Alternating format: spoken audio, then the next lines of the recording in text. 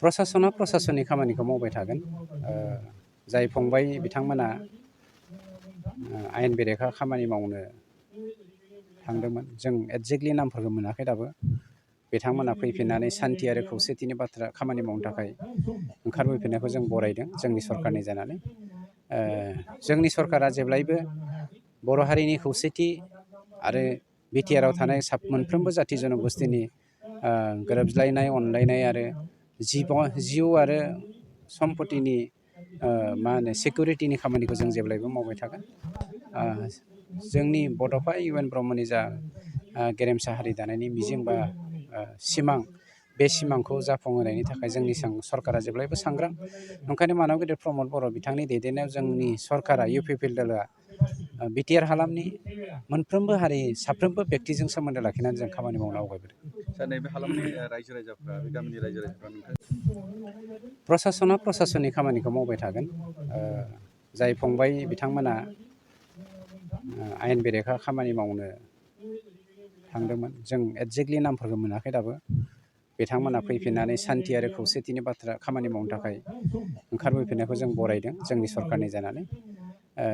जोंनि सरकारा जेब्लायबो बर' हारिनि खौसेथि आरो बिटिआरआव थानाय मोनफ्रोमबो जाथि जनगोष्ठीनि गोरोबज्लायनाय, अनलायनाय आरो जिउ आरो सम्पतिनि सिकिउरिटिनि खामानिखौ जों जेब्लायबो मावबाय थागोन।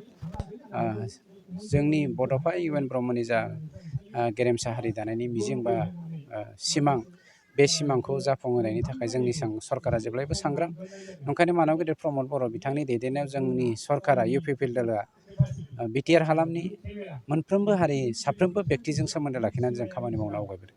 सार, नैबे हालामनि रायजो राजाफ्रा, बे गामिनि रायजो राजाफ्रा प्रसासना प्रसासननि खामानिखौ मावबाय थागोन।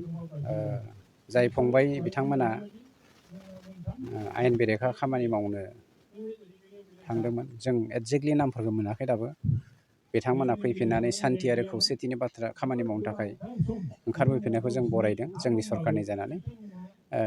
जोंनि सरकारा जेब्लायबो बर' हारिनि खौसेथि आरो बिटिआरआव थानाय मोनफ्रोमबो जाथि जनगोष्ठीनि गोरोबज्लायनाय, अनलायनाय आरो जिउ आरो सम्पतिनि सिकिउरिटिनि खामानिखौ जों जेब्लायबो मावबाय थागोन।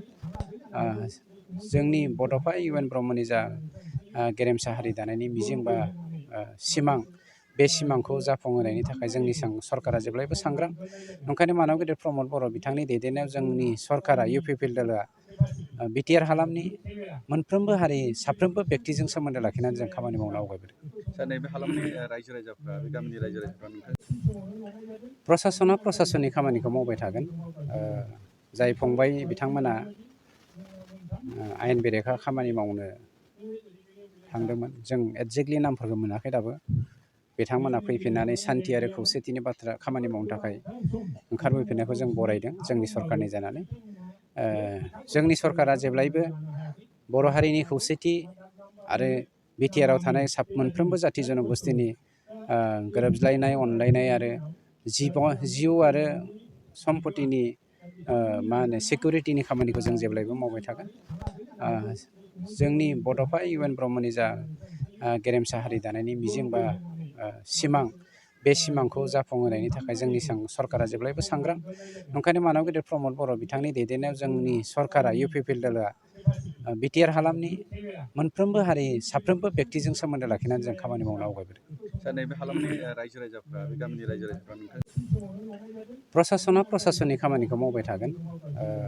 जाय फंबाय बिथांमोना आयेन बेरेखा खामानि मावनो थांदोंमोन, जों एक्जेक्टलि नामफोरखौ मोनाखै दाबो।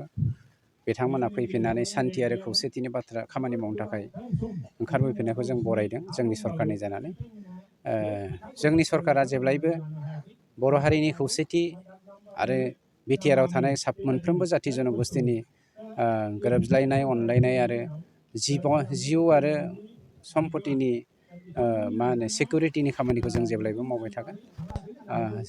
जोंनि बड'फा इउ एन ब्रह्मनि जा गेरेमसा हारि दानायनि मिजिं बा सिमां, बे सिमांखौ जाफुंहोनायनि थाखाय जोंनि सरकारा जेब्लायबो सांग्रां। ओंखायनो मानव गेदेर प्रमद बर' बिथांनि दैदेननायाव जोंनि सरकारा UPPL दोलोआ बिटिआर हालामनि मोनफ्रोमबो हारि साफ्रोमबो व्यक्तिजों सोमोन्दो लाखिनानै जों खामानि मावनो आवगायबोदों। सार नैबे हालामनि रायजो राजाफ्रा बे गामिनि रायजो राजाफ्रा नोंथां मोनसे फोसावथाय नोंथांमोननि थाखाय मोनसे गोजोनथाव खौरां लानानै फैदों। अदालगुरि जिल्लानि सिङाव थानाय डिमाकुसि बरंगाजुलिनि पिपल हलियाव लानानै फैदों नोंथांमोननो लेब्रा मुंनि गंसे गोदान रिजर्ट। नोंथांमोना बे लेब्रा मुंनि गंसे गोदान रिजर्टखौ तामुलपुर रडनिफ्राय फैब्ला सुख्लाय ब्रिजनि आगदा आरो अदालगुरि रडनिफ्राय फैब्ला सुख्लाय ब्रिजनि सिगाङाव आगसिथिंजाय मोननो हागोन। लेब्रा मुंनि गंसे गोदान रिजर्टआ नोंथांमोननो गोसोबायदि सुबिदा खालामनानै होनाय जादों। नोंथांमोना बे लेब्रा रिजर्टआव बर'नि गासै जाग्रा जामुंखौनो मोननो हानायजों लोगोसे बेवहाय नोंथांनि सुबिदा बायदि अर्डार खालामनानै जानो हागोन। जुदि नोंथांमोना तामुलपुरनिफ्राय अदालगुरिसिम थांनाय समाव ओंखामजों लोगोसे बायदिसिना जालांनो गोसो दंब्ला नैबे 8638879656 जानबुं नम्बराव कल खालामनानै सिगांग्रो अर्डार खालामहरनो हागोन।